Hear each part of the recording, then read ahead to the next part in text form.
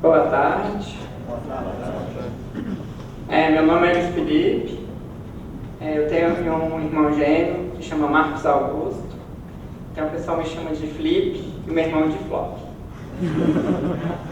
Então você vai ver 3 palestras minhas. A primeira é hoje, de redes ad hoc. Depois tem mais amanhã.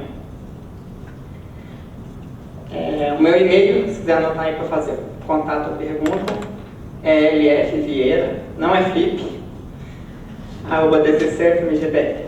Tem que avisar porque às vezes a aula acha que é flip e não é flip. Tá?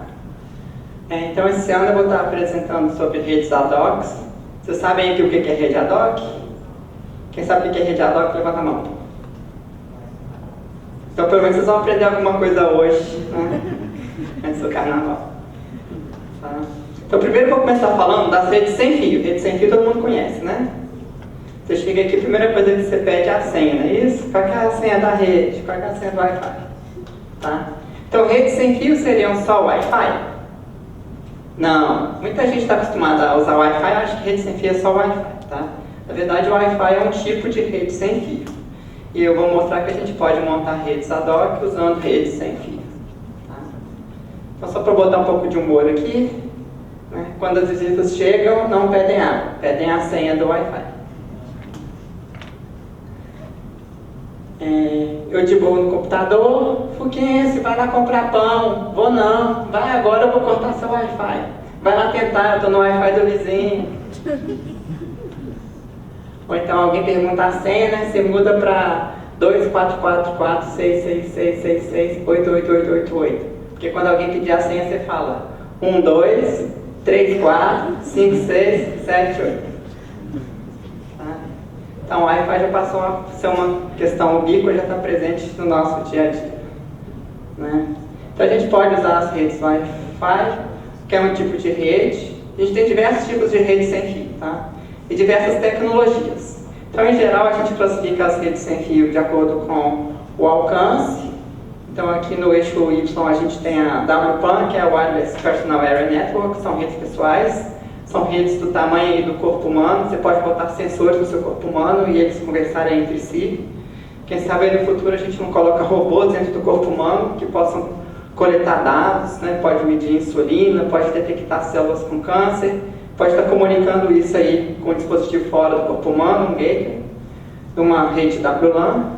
Depois você pode estar comunicando isso com qualquer servidor no mundo inteiro usando uma rede WMAN, que é Metropolitan Area Networks, ou no mundo inteiro, que é o Wide Area Networks. Então, cada rede tem uma característica diferente. Outra característica importante é a taxa, que é a vazão, quantos dados você consegue transmitir por segundo, quantos bits por segundo. Tá? Então, aí a gente tem diversas tecnologias. O mais comum é o padrão 802.11, que é o Wi-Fi, que é da ordem aí de dezenas de megabits por segundo, que formam as redes locais. Mas a gente tem também as redes de menor alcance e de menor quantidade de dados, que é o caso do Bluetooth, que acho que todo mundo conhece também, né? Ficou bastante popular.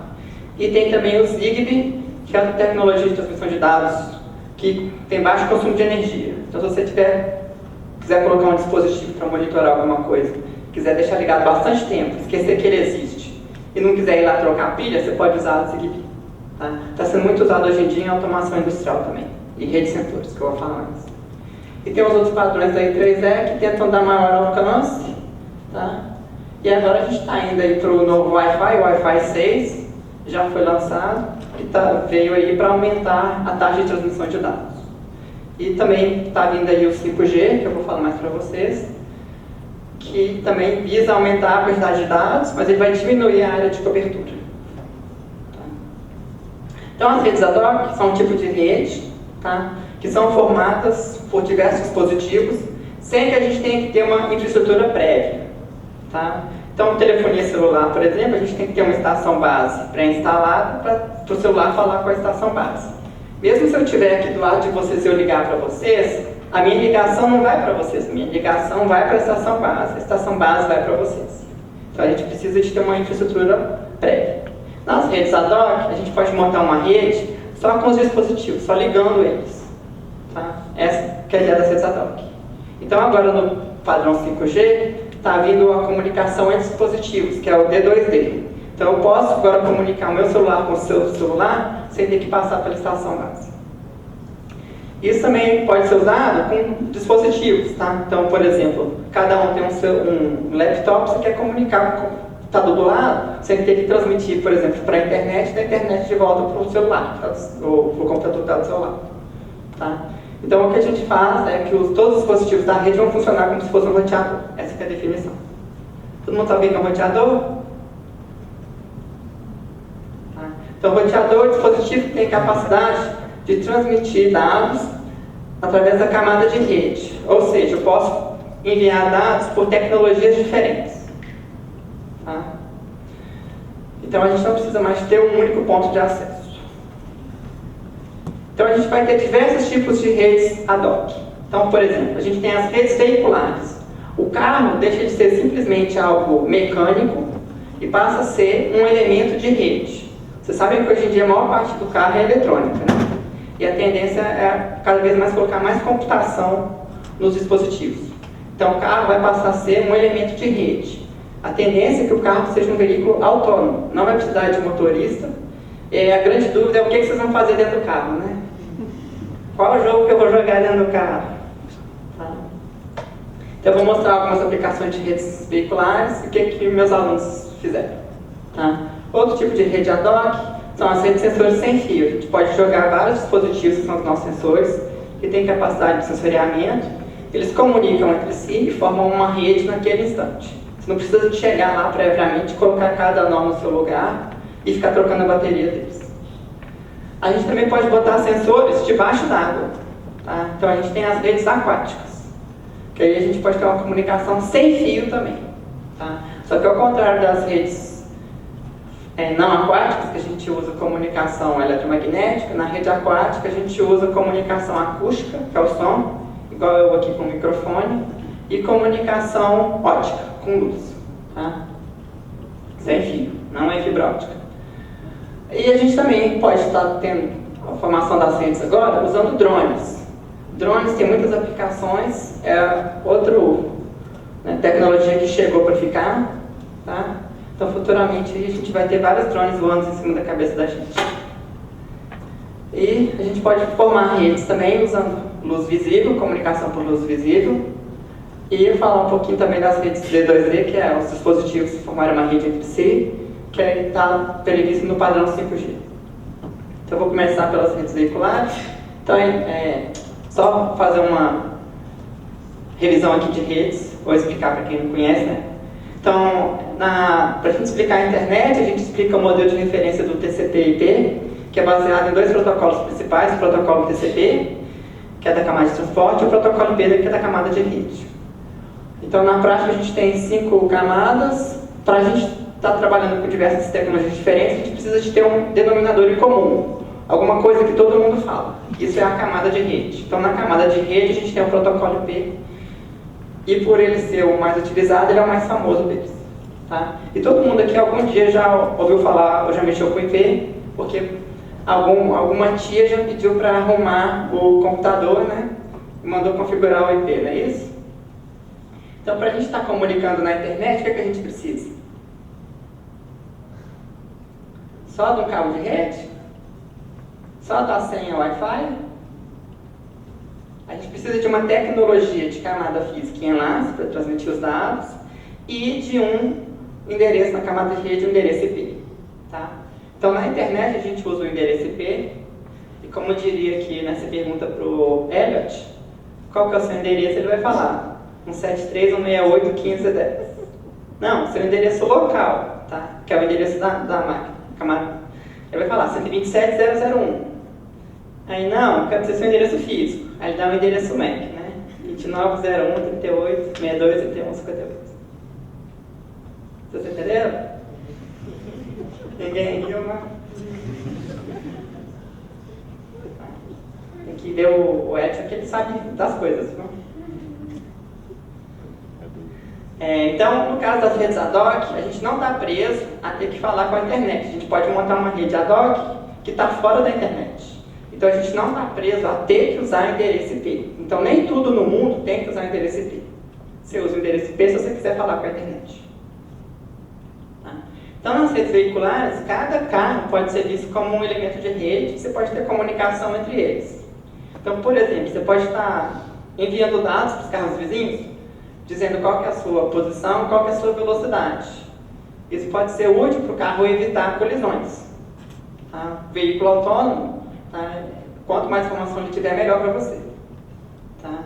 Você pode saber, por exemplo, que hora que o sinal vai fechar. Então, você já sabe que você tem que acelerar para passar no amarelo, não é isso? Não façam as coisas erradas, né? Então, a gente pode ter as redes ad hoc puras, sem suporte externo, ou a gente pode ter suporte externo, rede infraestruturada, quando a gente coloca, por exemplo, torres de celular, e a transmissão de dados passa a ser via celular. Na verdade, o que a gente vai ter é o híbrido, que vai combinar os dois mundos. A gente pode usar o celular, se não tiver celular perto, você está na estrada, por exemplo, você pode usar o outro carro como um veículo para estar transmitindo os dados das redes que você quer. Tá? E aí, quando você estiver lá dentro do carro, você vai querer agora baixar um filme para você ver, ou jogar um jogo, né, em rede, aí você vai precisar de vários carros para estar montando aí sua rede veicular. Então, o que já foi feito hoje em dia? Hoje em dia já foi definido um padrão para redes veiculares na camada física, na camada de enlace, que é o modelo OAS e o camada 1 e 2, que é chamado de Wave, e ele definiu um novo padrão, que é o I3E 802.11p. Tá?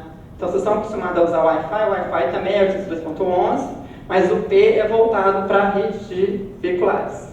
Então, ele tem um canal para rede de controle e um canal para transmissão de dados.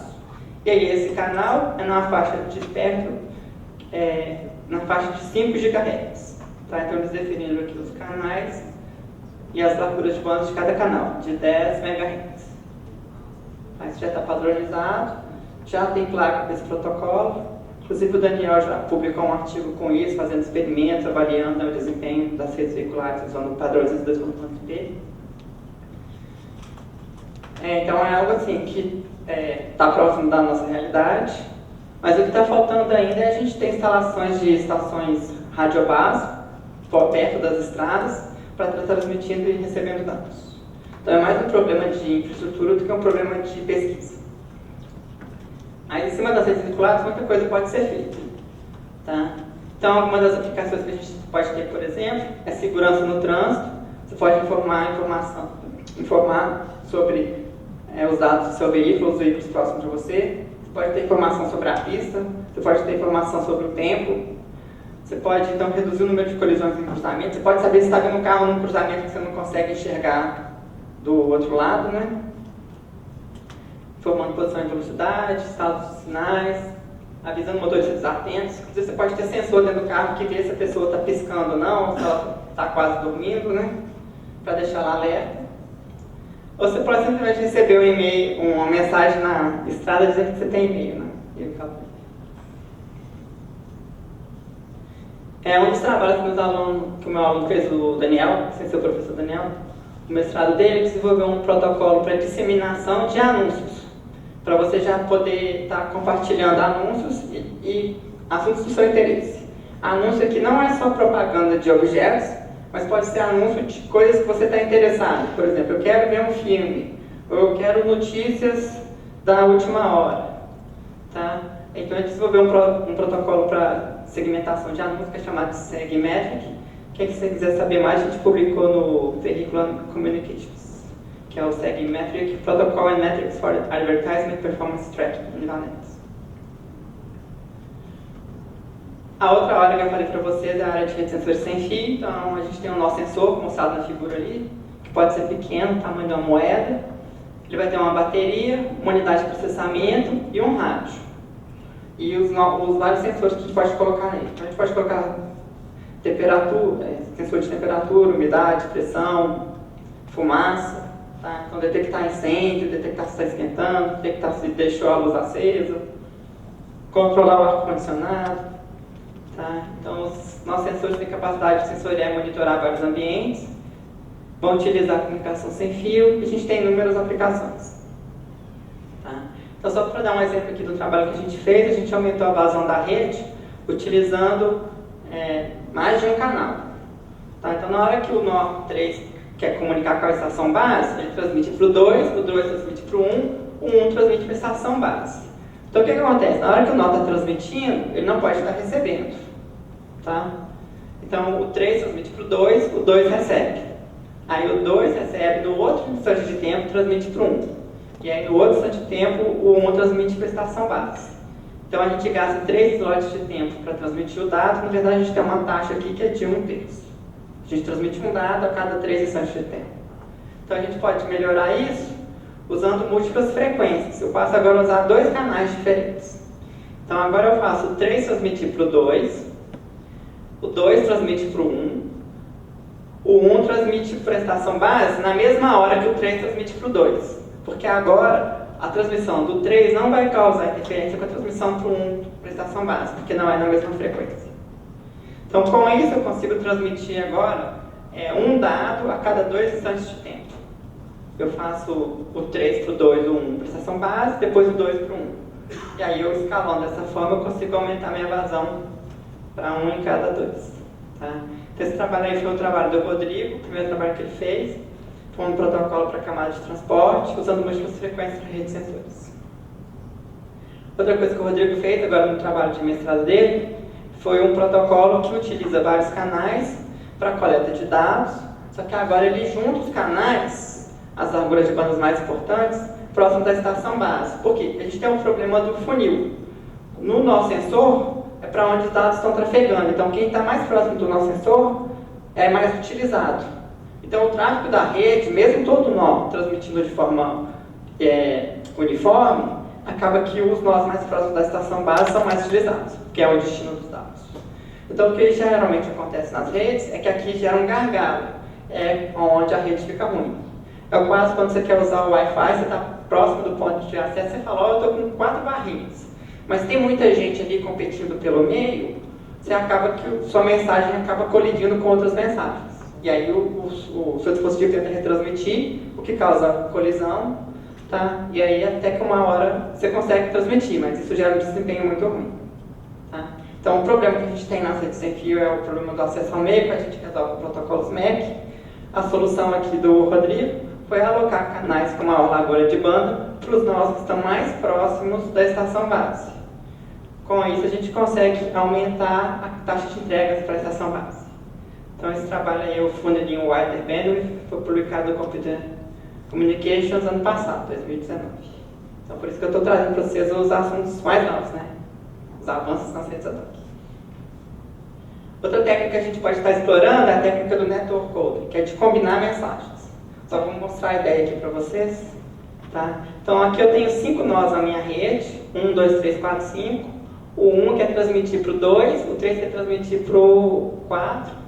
E tem um nó no meio que é um nó intermediário que repassa a mensagem, que é o relay, que é o nó 5. Tá? Então o que acontece? Primeiro o nó 1 transmite para o nó 5 e o 4 recebe. Depois o nó 3 transmite para o nó 5, o 2 recebe. Agora o 5 tem que retransmitir a mensagem P1 do 1 para o 2 e a mensagem P2 do 3 para o 4. Então ele vai fazer isso. Então ele vai gastar mais um instante de tempo para transmitir a mensagem P1 do 1 e depois vai gastar outro instante de tempo para transmitir a mensagem do P2 para o 4. Então a gente gastou 4 instantes de tempo para entregar 2 mensagens. A gente consegue fazer melhor que isso? Geralmente quando eu pergunto isso na aula, né, os alunos respondem sim porque eu perguntei. Se eu não tivesse perguntado, a resposta era não, né? Pode ser que não, né? Então, a gente pode fazer o seguinte agora. No começo a gente faz a mesma coisa. O 1 transmite o P1 para o 5 e para o 4. Depois o 3 transmite o P2 para o 2 e para o 5. Aí agora, em vez de eu fazer a transmissão de cada um dos pacotes para os destinos, eu vou transmitir um pacote só, que é a combinação dos dois. Não é a concatenação. Eu não estou aumentando o número de bits do pacote. Vou mandar um pacote que tem o mesmo tamanho de P1 e o mesmo tamanho de P2. Mas vai ser uma combinação deles. Então eu posso fazer um XOR do pacote. Tá? E aí eu transmito P1 mais P2, que é, por exemplo, um XOR, uma soma módulo 2, para o 4 e para o 5. Aí o que acontece? O 4 vai ter P1 e vai ter P1 XOR P2. O 2 vai ter P2 e vai ter P1 XOR P2. O 4, tendo P1 e P1 XOR P2, ele pode fazer um XOR dos 2 pacotes que ele tem.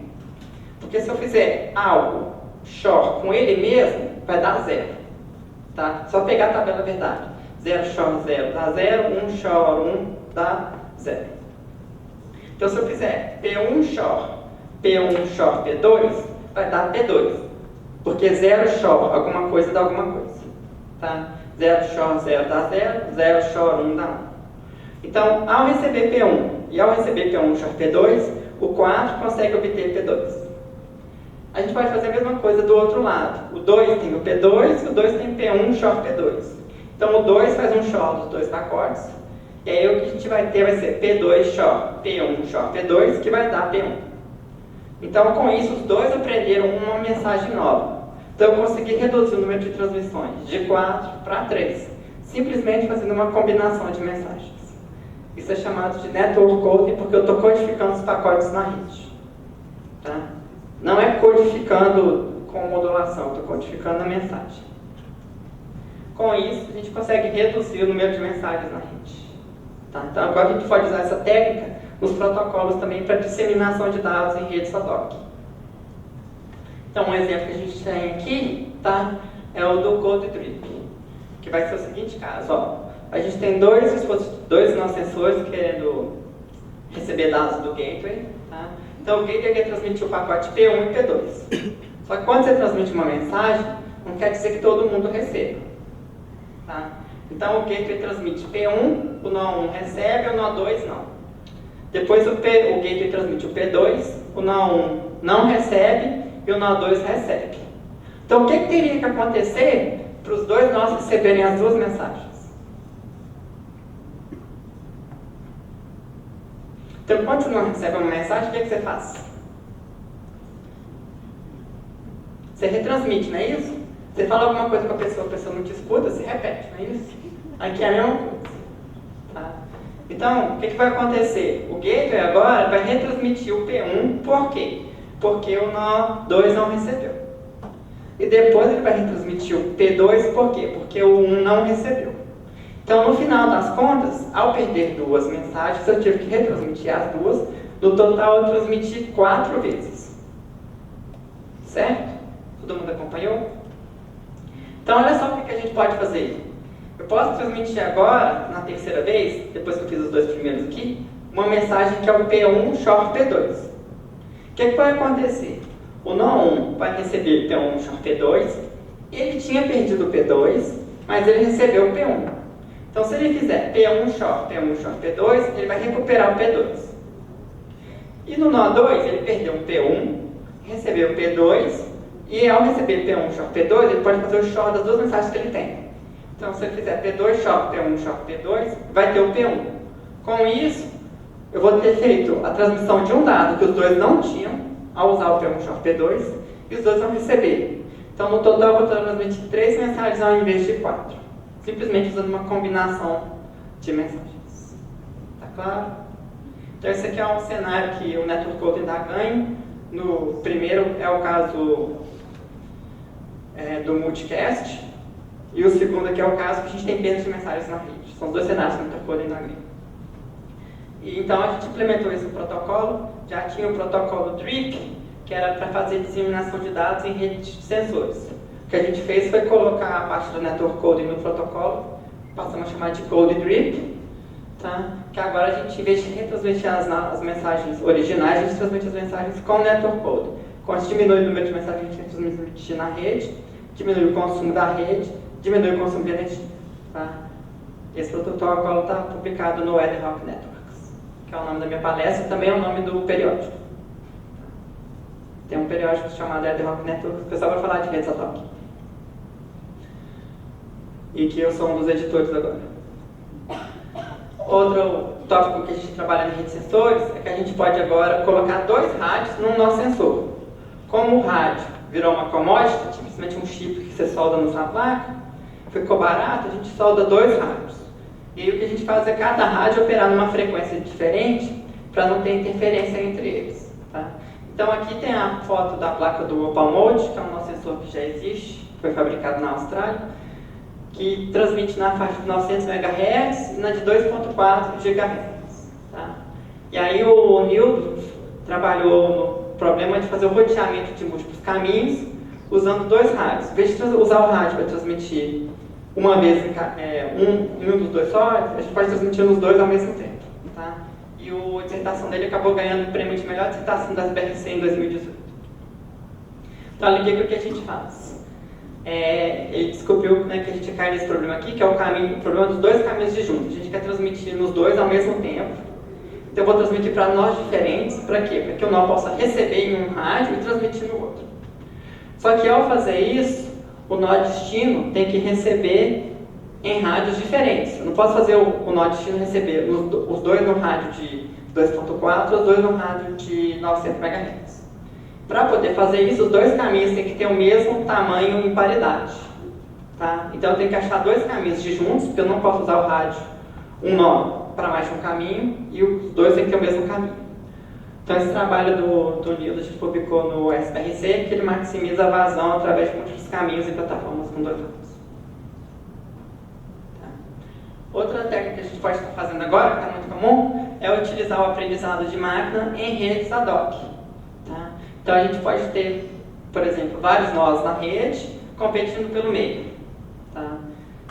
Então, em redes pequenas, com poucos nós, é vantajoso a gente usar o CSMA, que é o Wi-Fi. Tá?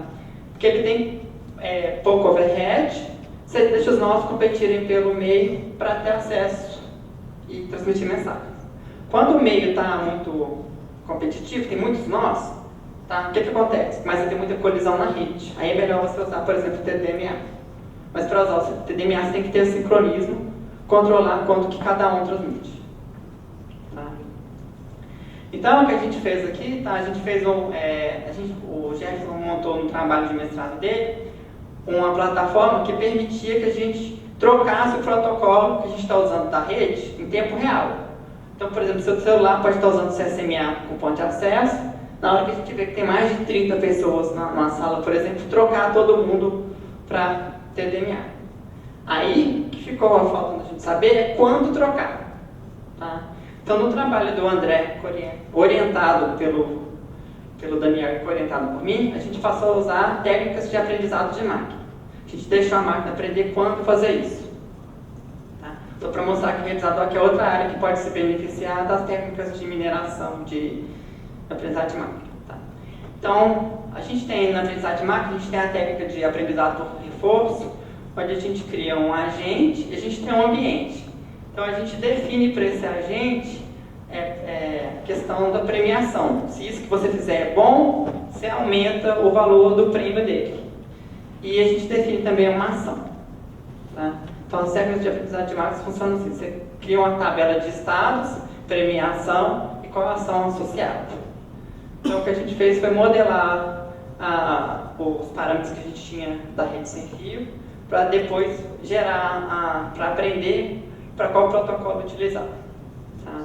Então, primeiro a gente implementou a estrutura para trocar o protocolo usando o GNU-RAID, que é uma plataforma que permite você criar o seu rádio via software. Tá? E depois a gente colocou o nosso módulo de aprendizado de máquina para aprender qual protocolo que era melhor para trocar aqui. Então a gente tem a nossa engine aqui que troca CSMA por TDMA. E aí no trabalho do André, que a gente publicou no Computer Communications esse ano, ele escolhe qual que é o melhor protocolo. Tá? Então aqui o protocolo dele é o STOMAC, é o que está em verde. Tá? E aí tem dois cenários que ele está competindo, CSMA e TDMA. Ele escolhe qual dos dois. O interessante é que ele sempre acaba escolhendo o que é melhor para cada cenário. A gente foi mudando a rede, né, desligando, ligando os nós, ou aumentando a competição na rede. Tá? Então, quando tem pouco tráfego na rede, CSMA é melhor, o azul. O STOMAC acompanha o azul. Aí a gente aumenta o tráfego na rede aqui, ó, a partir do 30, o CSMA fica ruim. Aí o STOMAC, em vez de continuar com o CSMA, ele troca para o TDMA. Olha que o TDMA é melhor. Na hora que a gente chega no 60 aqui, a gente muda, desliga alguns nós, diminui o tráfego, o CSMA fica melhor, o STOMAC acompanha, que é o verdinho. Então ele sempre pega o melhor dos dois mundos, que era o que a gente queria. Certo? Outro tipo de rede ad hoc são as redes aquáticas, que a gente pode ter os nossos sensores monitorando na água, e aí a gente pode ter a comunicação que não usa mais onda eletromagnética. A gente usa onda acústica, que é o som, ou onda óptica. Tá? Só que a vantagem da comunicação acústica é que ela tem um longo alcance. A desvantagem é que a nossa vazão é muito pequena, a taxa de bits é da ordem de kilobits. A gente está querendo aí mais dados, mega, né? Mega, giga, tera, e agora a gente está aí comunicando com kilobits. Na rede ótica, a vantagem é que a gente tem mais largura de banda, porém o nosso alcance é bem menor, é reduzido. E a gente tem o problema da linha divisada. Se tiver alguma coisa na frente bloqueando, você não recebe os dados. Tá?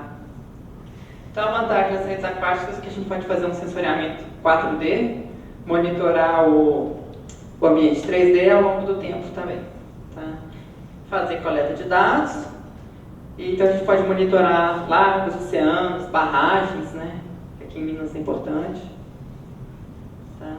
Então a gente já montou um protótipo que a gente tinha um nosso sensor, a gente tinha os sensores, por exemplo, de temperatura. A gente fez uma plataforma que permitia o nosso sensor subir e descer para fazer o monitoramento da coluna d'água, tá? Com motores e cabo, e colocamos isso com a internet. Tá? Então esse aqui é o nosso sistema que a gente desenvolveu, a gente publicou aqui na revista Computing Science and Engineering, que é o Autonomous Wireless Lake Monitoring. Tá? Eu recebi e-mail até do pessoal, um americano da agência militar, me pediu o artigo para eu ler. E o meu aluno de doutorado, junto com o Loureiro, o Rodolfo, trabalhou com redes aquáticas também. O tema da tese dele foi controle de topologia e roteamento oportunísticos em redes de sensores aquáticos.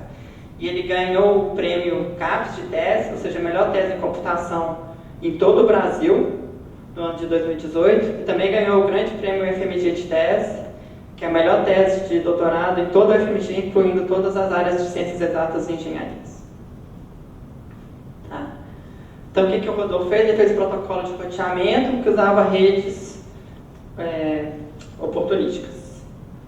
Tá? Então, primeiro eu vou falar aqui do protocolo de roteamento que a gente fez, que foi o Pressure Routing, que é um dos artigos meus que é mais citado, que é o roteamento baseado na pressão. Então, a gente tem vários sensores debaixo d'água, a gente quer coletar os dados deles. Então, a gente coloca os sensores, por exemplo, no oceano, e aí a nossa estação base é um navio. Depois do navio, você pode comunicar via satélite colocando na internet. Tá? Então, os nós estão gerando dados, a gente quer coletar. Então, o que a gente pode fazer é fazer o dado sair do mais profundo e ir subindo. Então, a gente transmite sempre para os nós baseado na pressão dos nós, porque quanto maior é a pressão, maior é a profundidade. Então, a gente usa o sensor de pressão para descobrir a profundidade, usa essa informação no roteamento. O problema de roteamento é você encontrar o caminho de custo pequeno para entregar os nossos para o nosso sorvedor. Tá? Então, esse trabalho a gente publicou no Transaction Vehicular Technology, que é o Pressure Routing, e depois o Rodolfo trabalhou na tese dele para fazer o GEDAR, que é o Geographic and Opportunistic Routing, que é um protocolo de roteamento geográfico, ou seja, o protocolo geográfico é um roteamento baseado só na posição, na localização. A grande vantagem do protocolo geográfico é que ele é chamado de protocolo stateless, sem estado. Não precisa de guardar informação do estado da rede, ou dos nós da rede. A única coisa que eu preciso guardar é a posição. E eu tento mandar sempre para o nó vizinho que está mais próximo do destino. Tá? Só que nem sempre esse roteamento guloso funciona. Aí tem um problema que você pode cair numa região vazia, e aí tem soluções para isso. Tá? Então esse trabalho aqui é o do GEDAR, do Rodolfo, um dos que fez ele ganhar o prêmio da melhor tese. Tá? Agora, mais recentemente, o trabalho de Eduardo, ele trabalhou com questão de escalonamento, que a gente pode fazer o nó dormir ou acordar, para economizar energia. E aí, para decidir qual nó dormir ou qual nó acordar, a gente baseia no Voronoi. Você já ouviu falar no Voronoi? Então, o Voronoi é uma estrutura geométrica que a gente pode construir, tá? Que seriam todos os pontos que estão mais perto daquele ponto. Tá? Então, deixa eu pegar aqui, por exemplo, eu tenho esse ponto aqui e esse ponto. Todos os pontos que estão nessa célula aqui, ó, estão mais perto desse ponto do que de qualquer outro dos pontinhos pretos aqui. Entendeu? Então, a gente tem vários pontos.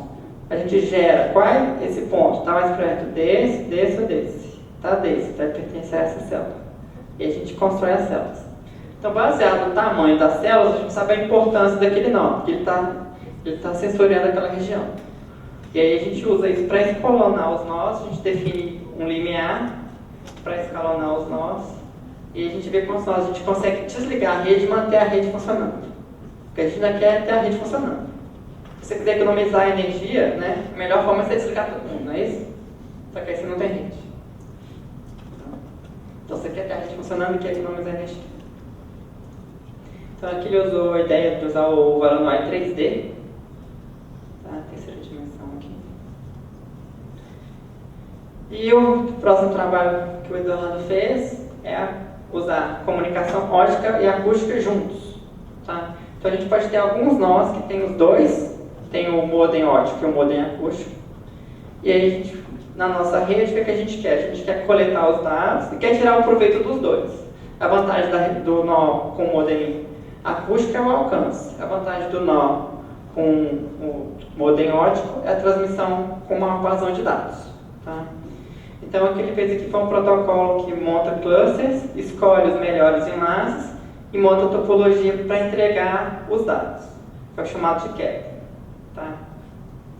E aí o que ele comparou aqui com o algoritmo de menor caminho, que é o shortest path, tá? Que você usa cálculo usando DAXA, por exemplo, né? E aí o pessoal geralmente espera que o shortest path, por ter o menor caminho, vai ter melhor desempenho na rede. Mas o shortest path, ele não diferencia se você está usando o nó acústico ou o nó ótico. Como a gente diferencia e a gente monta o cluster aqui, a gente consegue ganhar na taxa de entrega de dados quando a rede começa a ficar mais densa. Tá? Quando a gente tem pouco nó, o shortest path foi melhor. Depois que a gente aumentou médio ou alto, a rede fica mais densa, você tem competição pelo meio, nossa solução fica melhor. Tá? Então, esse daqui é o trabalho do Captain, que é para coleta de dados em redes ótico-acústico, e foi publicado esse ano aqui, ó, 2020. Fresquinho para vocês. Outro tipo de redes que a gente tem são as redes formadas por drones. Tá? Então, quem aí já brincou de voar com drone? Tem mais gente que voou com drone do que conhecia a rede ad hoc. Então, a gente pode ter agora os drones voando de forma autônoma, ou você pode ter um time de drones. Tá? Então, a gente tem várias aplicações para time de drones. Por exemplo, você tem um incêndio, tá? Você pode ter um time de drones para voar lá dentro, para detectar. Você pode pôr câmera, por exemplo, para filmar se tem alguma pessoa viva naquele cômodo ou não. Tá? Para saber aonde que o bombeiro tem que ir para salvar as pessoas. Tá? Ou para tentar também achar um caminho para as pessoas conseguirem escapar aqui do prédio pegando fogo. Tá? Tem outras aplicações, por exemplo, a UPS, a Amazon, estão todas interessadas em usar drone para fazer entregas. Você compra o seu produto e o drone deixa na porta da sua casa. Tá? Já tem protótipos, já está sendo utilizado. O que está impedindo isso daí é a legislação. E o pessoal já está fazendo vários testes, porque o medo que o pessoal tem é o drone começar a cair na cabeça das pessoas. Né? E também tem o perigo do drone bater com um avião, por exemplo. Então já está fazendo legislação para falar qual a altitude que o drone pode voar, onde que pode, onde que não pode. Tá? E aí alguns cenários o pessoal já liberou. Tá? Então, por exemplo, já tem lugares que estão usando drones para entregar remédio. Tá? O pessoal já liberou. Se for para entregar remédio, pode usar drone. Tá? Então, áreas rurais, áreas distantes, o pessoal entrega remédio com drone. Tá? Outro dia eu vi a reportagem que o pessoal estava entregando na África remédio para grávidas. Aí o remédio tem que ser mantido gelado. Tinha lugares que não tinha eletricidade, não tinha geladeira. Então eles deixavam o remédio na geladeira do hospital. Aí na hora que a pessoa precisava, entregava com drone que viaja, entrega a longas distâncias. Esse aqui sou eu, ou é meu irmão? Tá? Então está escrito aqui, né? Esse aqui sou eu com um drone que a gente tem no laboratório. Então, o que a gente pode fazer de rede de drones aí? Tem muita coisa que pode ser feita. O pessoal está usando também para fazer shows, não é isso? Em vez de a gente ter fogos de artifício, que assustam os animais, né, a tendência agora é a gente põe um LED em cada drone e começa a fazer show 3D com os drones. Tá? Não sei se vocês já viram. Na China já teve isso e a Intel também tem um dentro. Tá? Então, na hora que a gente dá um time de drones, o problema que a gente tem é como controlar todos eles. Tá? Então, por exemplo, eu quero monitorar uma região, tá? Eu tenho, por exemplo, o caso lá das barragens. A gente quer achar alguém que está vivo. A gente pode mandar um conjunto de drones com câmeras para tentar detectar se tem alguma pessoa viva e fazer uma varredura da região. Tá? Então, a gente quer controlar eles, só que a gente quer manter comunicação entre eles, que um comunica com o outro. Na comunicação, quanto mais perto eu tiver, melhor. Por quê? Porque meu sinal vai viajar uma distância menor, eu vou receber um sinal com qualidade melhor. Porém, eu quero ter uma cobertura maior. Para aumentar minha cobertura, eu quero manter eles afastados. Então, eu tenho um compromisso aí. Ou eu mantenho eles longe, para aumentar a cobertura, ou eu mantenho eles próximos, para melhorar a qualidade da rede. Tá? Então, o André Cunha, meu aluno de mestrado, que ele fez foi um algoritmo para organizar a rede, de forma que ela formasse a rede e atuasse de forma autônoma, que permitisse que os nós ficassem distantes um do outro, evitando colisão, mais próximos de tal maneira a melhorar a qualidade do sinal. Tá? Aí aqui no caso a gente tem um celular, por exemplo, transmitindo, o outro recebendo, e eles transmitem a mensagem, ela entregue pela nossa rede formada na hora, a rede ad hoc, com os drones. Tá? E aí o que a gente faz é posiciona os drones para garantir a entrega de mensagens com a qualidade do sinal boa. Então aqui está a posição dos drones, aqui está o mapa do SINR, tá? Mostrando aonde que o sinal está bom, que está trafegando aqui, ó, o sinal está bom aqui. O ponto do drone é que você pode mover ele para melhorar a sua rede. Tá? Não é você que tem que ficar com o seu celular movendo para debaixo do ponto de acesso. Quando o ponto de acesso mover-se até você. Não.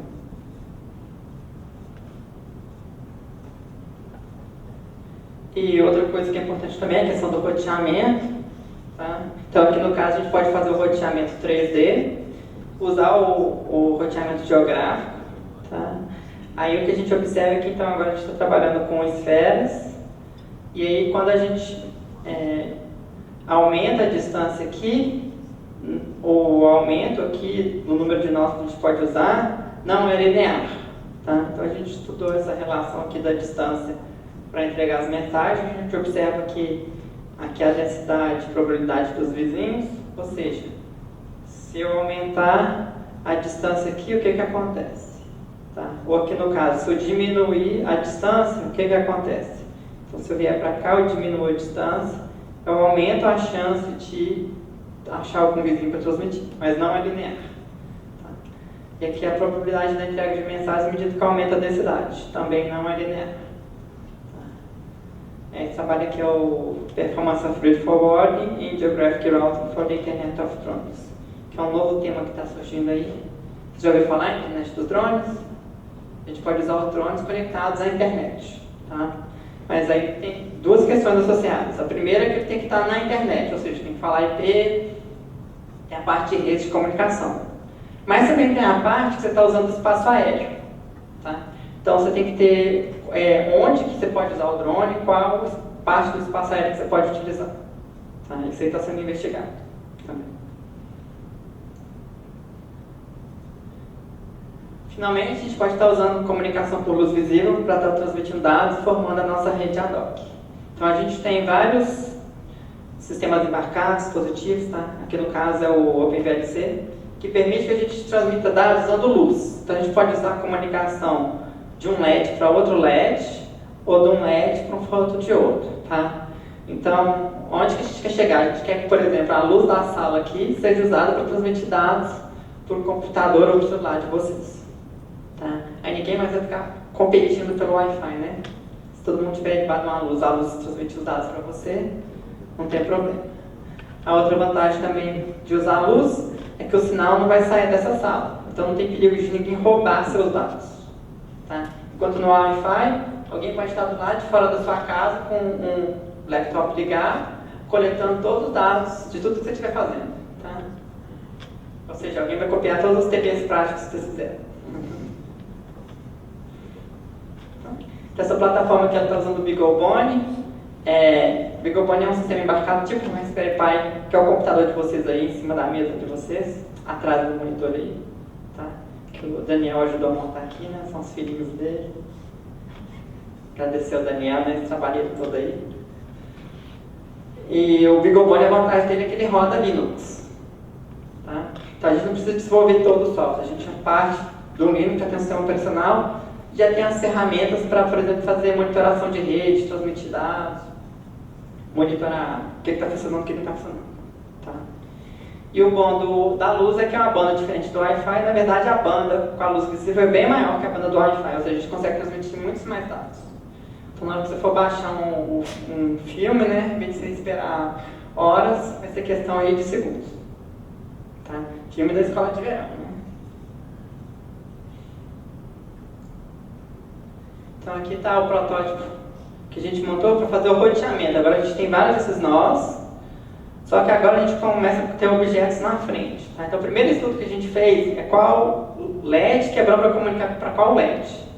E uma coisa que a gente observa é que o LED, na hora que ele transmite, não transmite só naquela frequência. Ele transmite um pouco de ruído em outras frequências.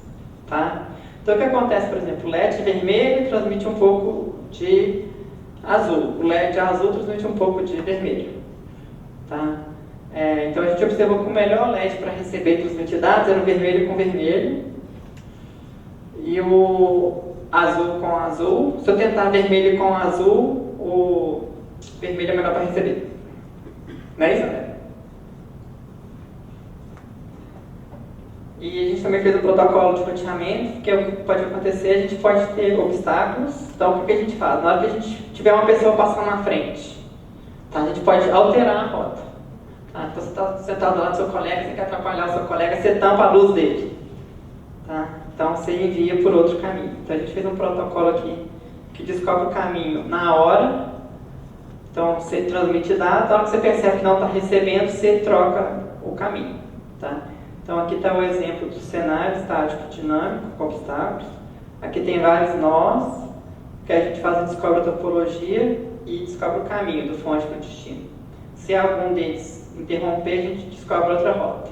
Aqui está os resultados de vazão ao longo do tempo. Então aqui você está transmitindo, a vazão está alta, aí a gente bloqueia, cai, mas ele ainda acha outro caminho. Aí a gente desbloqueia, a vazão sobe, aí a gente bloqueia de novo, ele acha outro caminho. Aí libera ali depois. Ou seja, o protocolo consegue achar uma rota alternativa e a gente consegue transmitir os dados. Então esse daqui é o DIP VLC, que é o Dynamic Routing Protocol for Wireless Ad Hoc Visible Light Communications.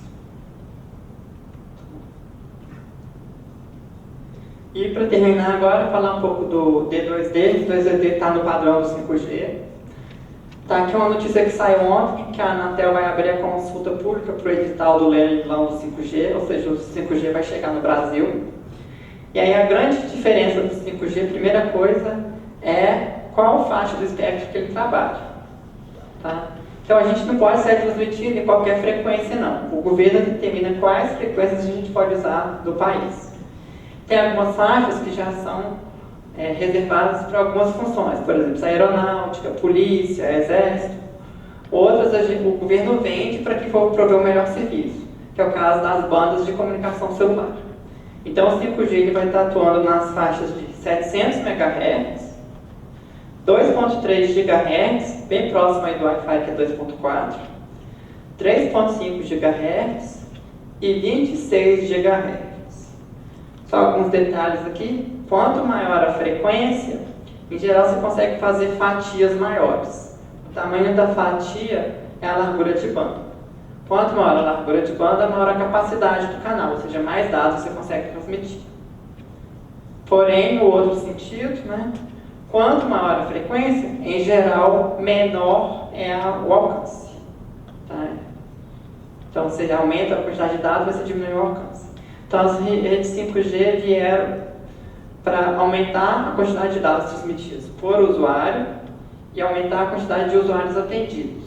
Porém, a estação base vai ter um raio de alcance menor do que as do 4G. Então, o 4G não vai deixar de existir. Áreas com pouca densidade vão ter 4G. Áreas densas, urbanas, vão colocar o 5G. Tá? E aí, para atender essa questão aí do alcance, tá a questão do D2D, que a comunicação agora pode ser entre dispositivos celulares, sem necessariamente você ter que passar por uma torre de celular, ou seja, você vai formar uma rede ad hoc. Tá? A gente tem um projeto também que é o projeto Futebol, tá? Que é o Federation Union Telecommunications Brasil European Union. Tá? Não é que a gente joga bola, tá? Que a gente tem um testbed, ou seja, a gente tem vários dispositivos de rádio que podem ser utilizados, inclusive por vocês. Tá? Então a gente tem um site, que é o Futebol TCC FMG-BR, tá? Que eu vou mostrar aqui os hardwares, e aí tem um software, você pode programar, criar sua máquina virtual, carregar no site e rodar, fazer seus experimentos. Tá? Então, aí, se você tiver que terminar aquele artigo no último dia lá, de noite, nossa, meu laboratório não tem mais computador, preciso fazer experimento, dá para rodar no futebol. Tá? E o futebol não é só aqui no Brasil, então é um convênio de universidades do Brasil com universidades na Europa. A FMG é uma das universidades do Brasil e a gente tem um testbed. Eu vou mostrar o testbed do Brasil, mas também tem outros rádios que podem ser utilizados na Europa. Então a gente tem 4 USRPs. O USRP é o Universal Serial Radio. É um rádio que a gente pode programar ele. Tá? Então assim, ele é um dispositivo de comunicação que você cria o hardware via software. Que é o que eu mostrei o caso aqui, que eu mostrei que a gente trocava o protocolo, foi feito usando o USRP. Ele atua, olha só, em faixa de 70 MHz até 6 GHz.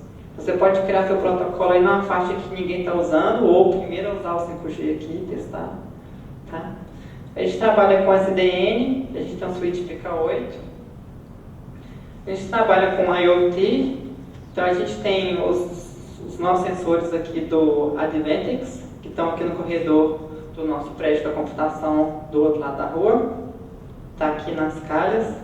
Às vezes o pessoal passa a ver isso aqui e pergunta, o que é isso aqui? Isso é do projeto Futebol. Tá? São as nossas redes de sensores que são programáveis de qualquer lugar do mundo.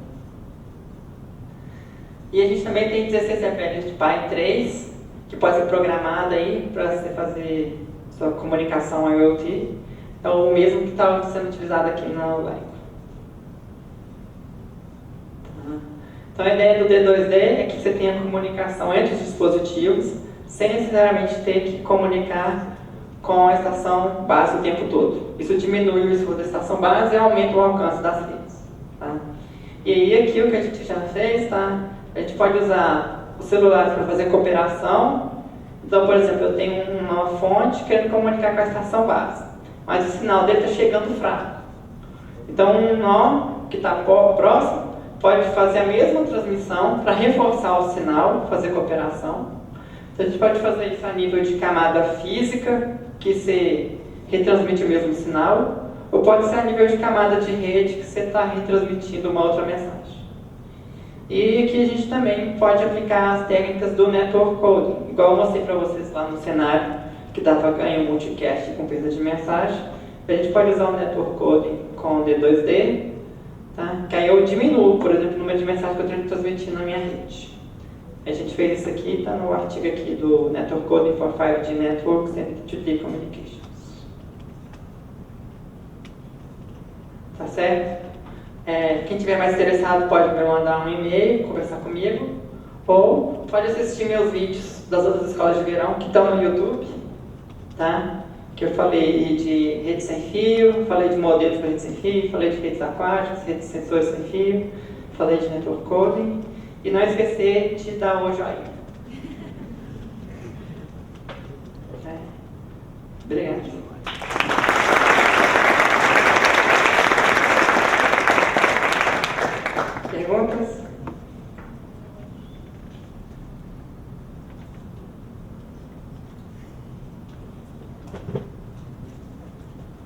Bom, enquanto vocês estão pensando em uma pergunta, vou fazer uma pergunta clássica para o Felipe.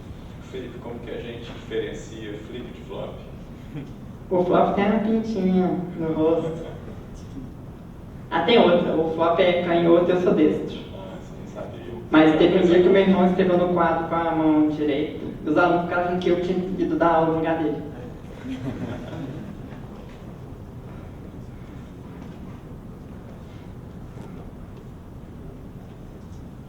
Boa tarde. A questão das redes ad hoc, por exemplo, se você vai rotear alguma informação através de outros canais, isso não pode ser suscetível, por exemplo, para vazamento de informação, hack, não sei, algo do gênero? Então, a rede ad hoc, a ideia é você montar redes com outros dispositivos para a mensagem sair de uma fonte para o nó destino. Isso é igual com a internet. A diferença é que aqui a gente não precisa estar na internet. O problema de alguém pegar seus dados existe tanto na rede ad hoc quanto na internet. A solução é você criptografar os dados. Tá?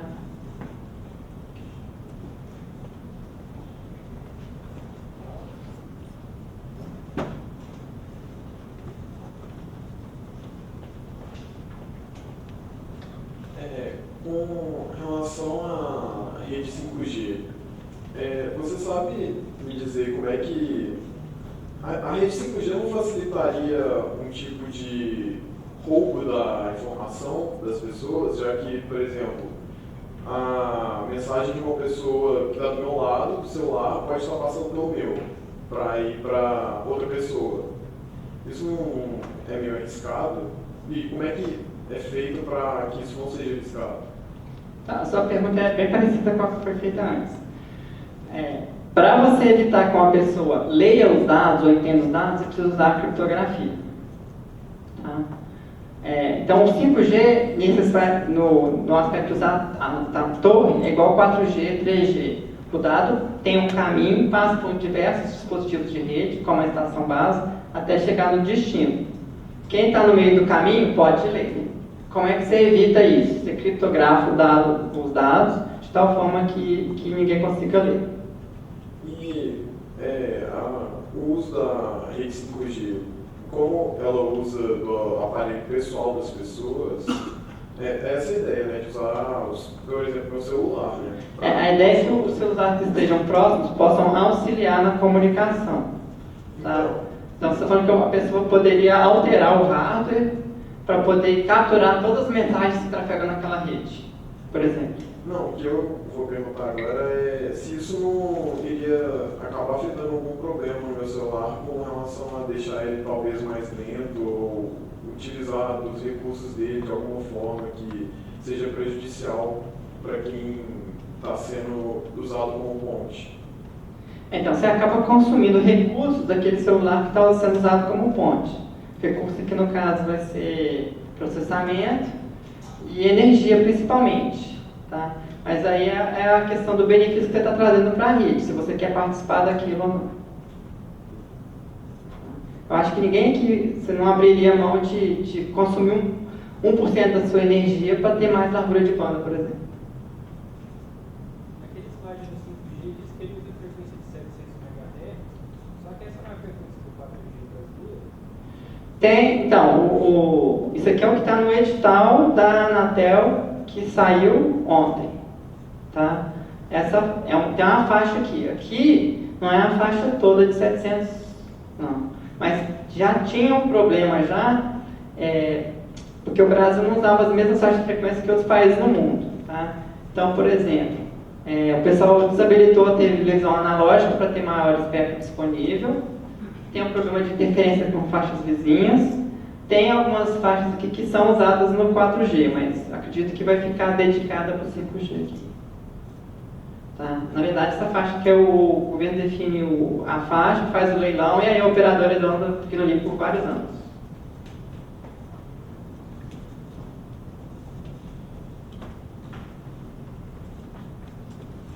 Bom, vamos agradecer novamente a